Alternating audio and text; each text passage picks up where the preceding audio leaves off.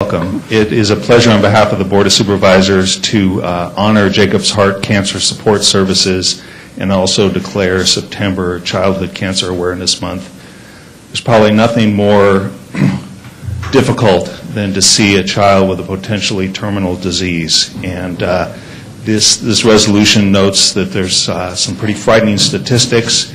Each day, 42 children in the United States are diagnosed with cancer, and more than 40,000 across the country undergo treatment for cancer every year. And unfortunately, cancer remains the leading cause of death by disease among children, more than asthma, diabetes, cystic fibrosis, congenital anomalies, and AIDS combined. Fortunately, the families of children with cancer in Monterey County receive essential services from Jacob's Heart Children's Cancer Support Services. This is a local organization that has gained national awards and recognition for improving the quality of life for more than 500 children with cancer and their families. Further, Jacob's Heart is a family-centered care that addresses emotional, practical, and the financial struggles associated with families of children with cancer. And it is important for all Monterey County's residents to recognize the impact of pediatric cancer on families within our community and honor the lives of children like baby Matthew and baby Adrian, whose life unfortunately have been cut short by cancer. So on behalf of the Board of Supervisors, they honor Jacob's Heart Cancer Support Services for 16 years of outstanding support to our community and recognize Childhood Cancer Awareness Month upcoming in September. Congratulations.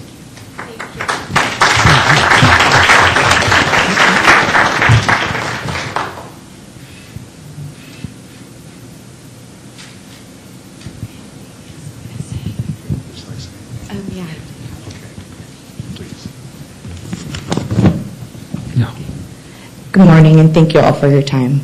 My name is Aimee Grijalva, and I'm a lifelong resident of Monterey County. I have found this place to be an amazing place to live, and have always felt proud to say I'm from here. In 2010, I was forced to move away from my family and this great place I called home. My 2-month-old baby boy, Matthew, and I would move into a pediatric oncology unit at Lucille Packard Children's Hospital in Palo Alto. I would soon hear what would be one of the most devastating words of my whole life: your child has cancer.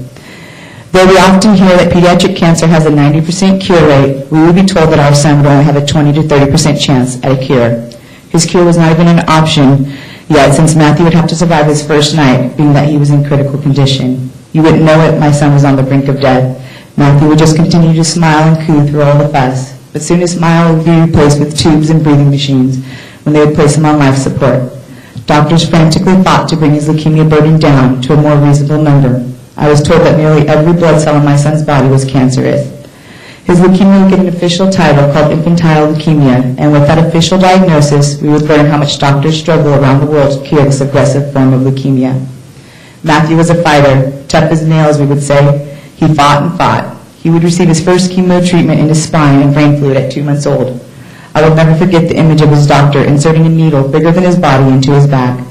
Months later, we'd be checking out of that hospital for the first time, moving into hospital housing at Ronald McDonald House for the duration of his chemo treatment protocol. I remember that same doctor, with tears of joy in her eye, told me, "I can't believe you're getting out of here." I couldn't either. It wouldn't be long that we'd be released to come back home, to my real home here in Monterey. I was so ecstatic to bring Matthew home, and though he was still very ill from treatment, he was in remission, and we had hope. Our hope turned to despair when Matthew relapsed in 2012. The sicker Matthew got, the more important making memories and showing him life outside the hospital would become. If Matthew felt well enough to live life that day, then we would seize the opportunity as it arose. Carpe diem at its finest. We squeezed an aquarium trip. The boy loved every inch of that place. We fit in a trip to Big Sur and Carmel so he could feel the sand between his toes. We also fit in a trip to Boardwalk. When we ran out of treatment options at Lucille Packard's, we were given 2 more options: either a cutting-edge, aggressive bone marrow transplant or to go home on hospice. We chose transplant and would travel to St. Jude's Children's Hospital in Memphis, Tennessee. As I boarded the plane with Matthew, I remember feeling fearful at the thought of never bringing him home again. I tried to suppress those fears with the promise. I whispered in his ear that I would bring him home again. Matthew wasn't even 2 at the time, and the severity of the situation was not felt. The promise was more for my comfort than for his. After 2 failed transplants, I would bring that precious child home, but not how I imagined or envisioned in my dreams. On Christmas Day 2012, his lungs gave out from all the harmful effects of his cancer treatment. He would fight in ICU for 40 days just to breathe, but my warrior lost his battle, and I brought my home son's ashes with me. During our battle, we were blessed to have a local organization called Jacob's Heart fight alongside us. They've been dedicated to serving local children in Monterey County who are diagnosed with cancer. This organization is amazing and has gone above and beyond to serve families like mine. I am now at a point where I want to give back and also raise awareness about pediatric cancer.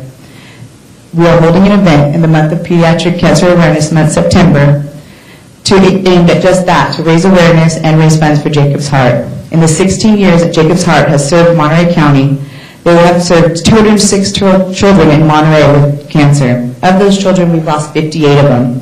58 future members of our community, possibly inventors, musicians, maybe even city council members, are no longer part of our community. The kid-courageous baby Matthew Golden Gallup will not only raise much-needed awareness, but funds for Jacob Heart and their services.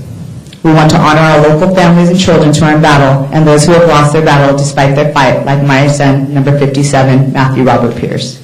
We celebrate many things in Monterey: our food, our wine, our music. Now we have the first chance, for the first time in Monterey County history, to celebrate our children and families affected by cancer.